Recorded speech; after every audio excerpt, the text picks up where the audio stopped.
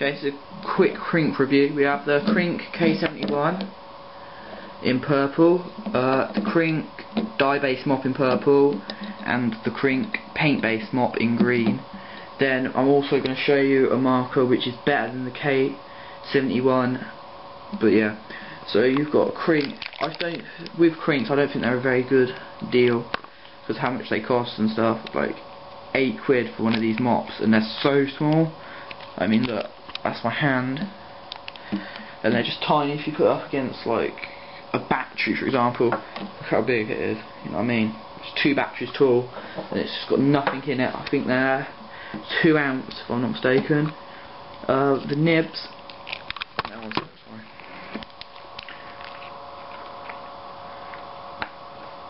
The nibs are an alright size. They're like a bit like the Grogs. Not mohair or anything, but yeah. Got a flow regulator in there which you can take out if you want. This one has a ball bearing in it, the paint based one. Quite good pigment, doesn't bleed through the paint based one, but yeah. Got nice screw on lids so that your ink doesn't squirt out everywhere.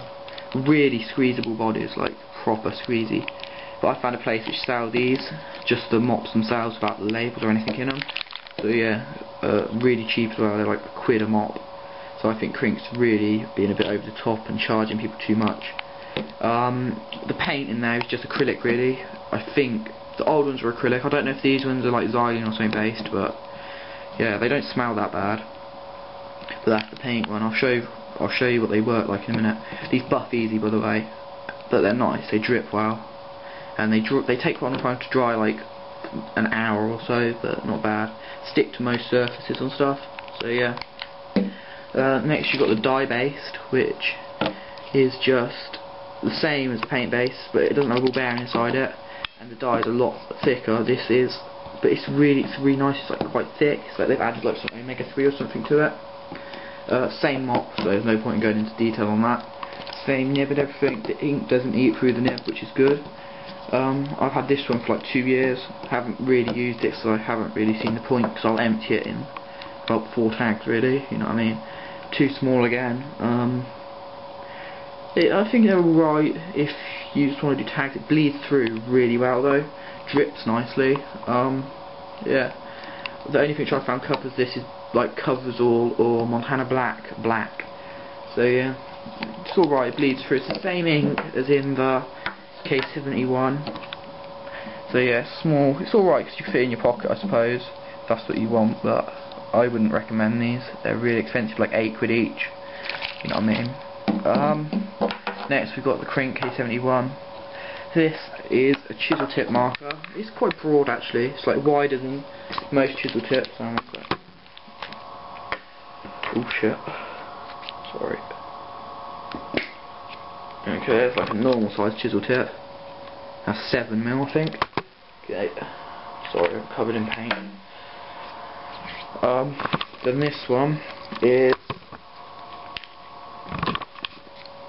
what I like about this is the lid is really airtight, but it swells up so much with ink that I don't know if you can see that on the camera, but it's all swollen up with ink. It's really big though, and it's really far out the marker, so you can pump it really well. You can get drips of it. It smells quite bad, both dye. All the Krink's dye stuff smells quite bad. The thing is, it all fills up with ink all in the lid, so when you open it, it can go over you and stuff, and it's really messy, so I'd recommend like wiping it or something. Metal body, like, dents quite easy. That ain't really important. You can unscrew them and refill them. That's the same with these actually. You can unscrew and refill these, so you know what I mean. Not unscrew, but like pop the nib out. The nibs rip off quite easy on these though, so you might want to like get replacement like Oink Ink nibs, like for them. Just like their mini mop things. Krink, this is £7 a marker, so it's really expensive. It bleeds through alright, it drips, but what I found out is there's about that much ink inside one when you buy it new, before you even juice the nib or anything. Yeah. So it's really a rip-off. Sorry, dropping everything. It's quite big, it's like a good size. It lasts quite a long time because it's a marker in it, so it'll last ages. But yeah, it bleeds through nicely, which I like.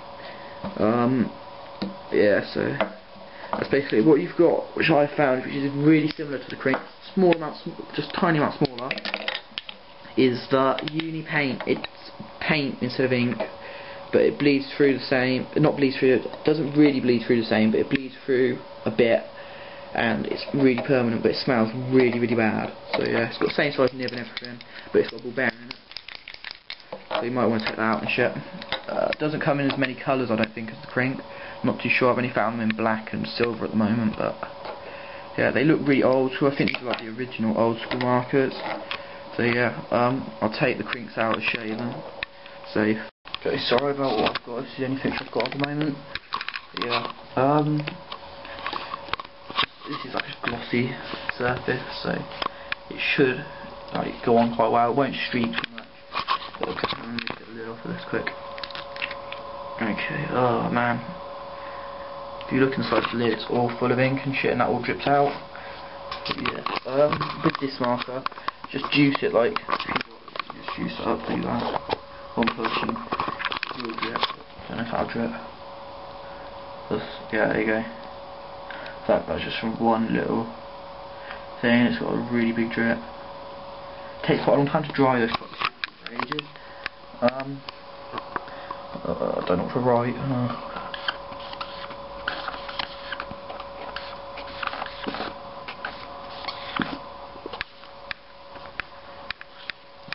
What I've found is on these kind of surfaces, it does this really weird like kind of thing which spreads out. It's not very opaque, as you can see through it. Don't know if it will drip on any parts. Shouldn't do. You can get drips all throughout the tag if you push down, but it gets, if you look really close, it kind of like spreads out and it looks really shit. Smells really bad. Takes ages to dry, and yeah, it doesn't really stick very well to this kind of material. It's like better on wood and stuff, like painted wood. But I haven't got any painted wood, so I can't really do that. Yeah, it's alright. Yeah, it will run out quick if you do drip tags. But yeah, so next one is the dye-based Krink, which is basically the same ink. Sorry. I'm just going to do a drippy line with this. Actually, I'll do a smooth line with a drippy line. Quite nice in the other, quite big. It's really easy to squeeze, which is what I like. There's a non-drippy line, and then there we go. That's a really dark line if you look. So that's really thick shit. Don't want on the floor. Look at that. Look how drippy that is. Shit, man. Fucking hell. Oh, God, look at my fucking hand. Sorry. Yeah, it's really drippy. Look at all that. Loads of drip. It's really nice for that. One sec. Get another box for the other one. But yeah, it covers better than the other one. It drips loads, as you can see. It's still dripping now, look. It goes really quick. It sticks better to this surface than the other one. It doesn't do a weird thing around the edges with it, which I like. It smells the same. It doesn't smell very nice. But yeah, goes on well. It's really squeezy, so it'll drip quite easy. One sec.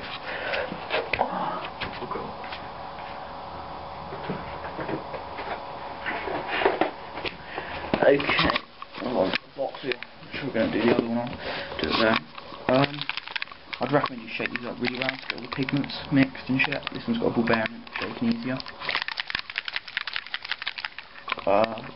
With all of them, with all the paint ones, just dab them once to get them going in it. So, this is a really nice colour. It's a bit streaky, as you can see. That is with no squeeze. What I found is that ink one is it's just not streaky at all. It just doesn't cover very well. With squeeze, I don't know, it takes quite a long time to drip. It's so thick, but oh no, it doesn't take that long. It's thinner than Genobo though. But yeah, it goes on really well. This takes long, I think it takes about the same time as the ink actually to dry. When it's thick it takes ages though. When it goes on this surface really well, dries really glossy and like tacky, it's really nice. It's really easy to buff though, so they can get it off. But it doesn't really matter, because it just pops out. You'll see this tag so many times. Yeah, it's a nice marker really. If you're going to buy them, I'd recommend you buy the paint based and the thingy based, the K71, because the ink based not just runs out too quickly. This has had 2 tags like little undrippy tags, and you can't see it now because I've just shaken it, but it's about down there. So yeah, it's all covered in ink and it drips, the lid leaks a bit, but yeah, I'd give this mop here 3 out of 10 stars. This mop probably a 5 out of 10, and the marker, because it isn't very full, a 5 out of 10 as well.